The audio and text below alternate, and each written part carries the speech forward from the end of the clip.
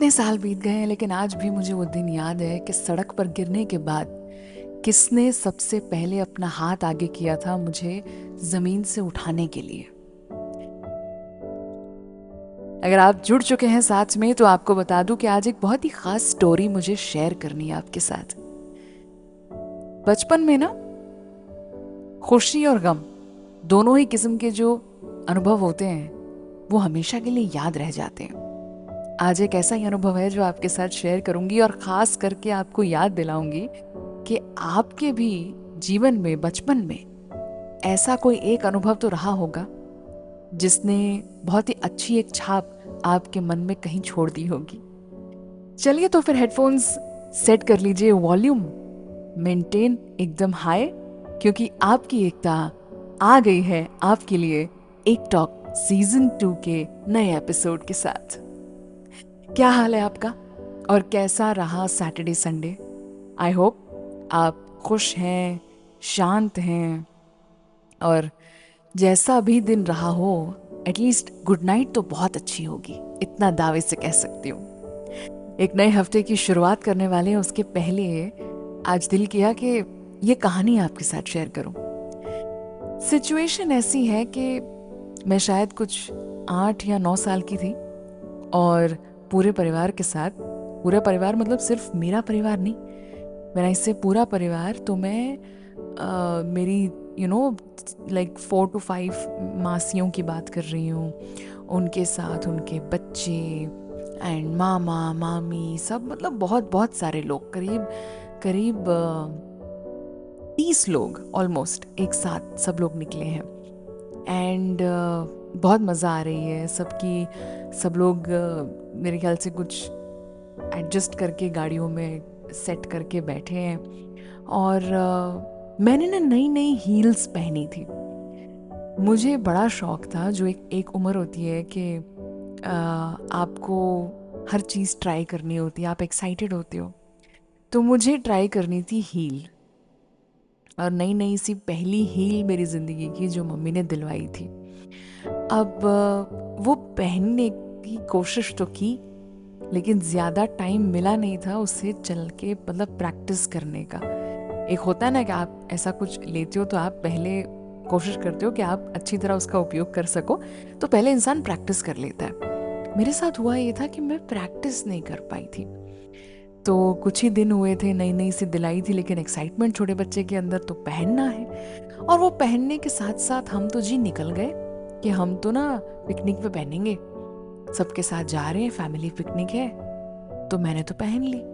अब हुआ यूं कि ज़रा तेज़ चलने के चक्कर में, दूसरे बच्चों के साथ दौड़ने में हम गिर गए ज़मीन पर। और ये बात है सड़क की, क्योंकि रोड क्रॉस करना था।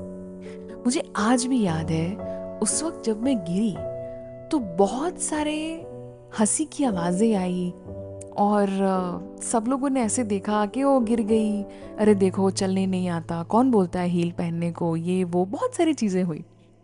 तब पूरे परिवार में से सिर्फ एक इंसान जिन्होंने बिना हंसी मजाक, बिना कुछ ऐसा कहे कि जिससे मेरे मन को कोई ठेस पहुंचे या मुझे बुरा महसूस हो, कुछ नया करने के लिए आके प्यार से अपना हाथ आगे दिया और मुझे उठाया जमीन से। और कुछ भी नहीं कहा, बस कहा कि तुम ठीक हो, कहीं चोट तो नहीं लगी, ठीक है ना, कपड़े जरा झाड़ लो, मिट्टी तो नहीं लगी है, आ जाओ चलो। और मुझे बड़े प्यार से सड़क की दूसरी ओर जहां पहुंचना था वहां ले गई।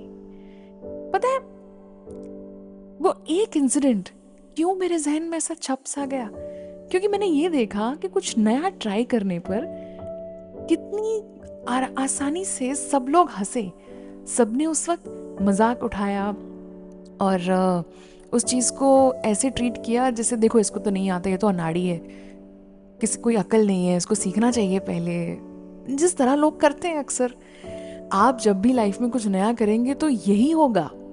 And that is one of the first experiences I had कि एकता, जब भी आप डेयरिंग करोगे ना, कुछ नया करने की कोशिश करोगे, कुछ ऐसा जो एक्सपेक्टेड नहीं है, जो अलग है और जो किसी ने सोचा नहीं है, क्योंकि लोग अपनी क्षमता के अनुसार आपको एक ढांचे में ढाल लेते हैं। अब आप उस बॉक्स से अगर बाहर कुछ करो तो भाई उनके लिए तो रेवोल्यूशनरी हो गया कि ये तो कुछ नया ही कर दिया।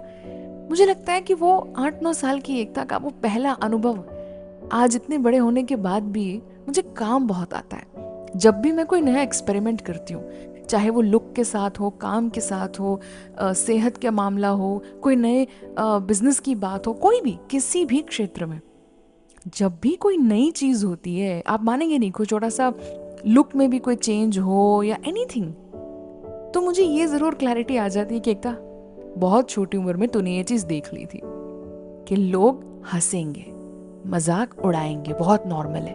पर पॉइंट ये है कि तुम्हें ये देखना है तुम उसमें से खड़े कैसे होते हो, सड़क के उस छोर पर पहुंचते कैसे हो।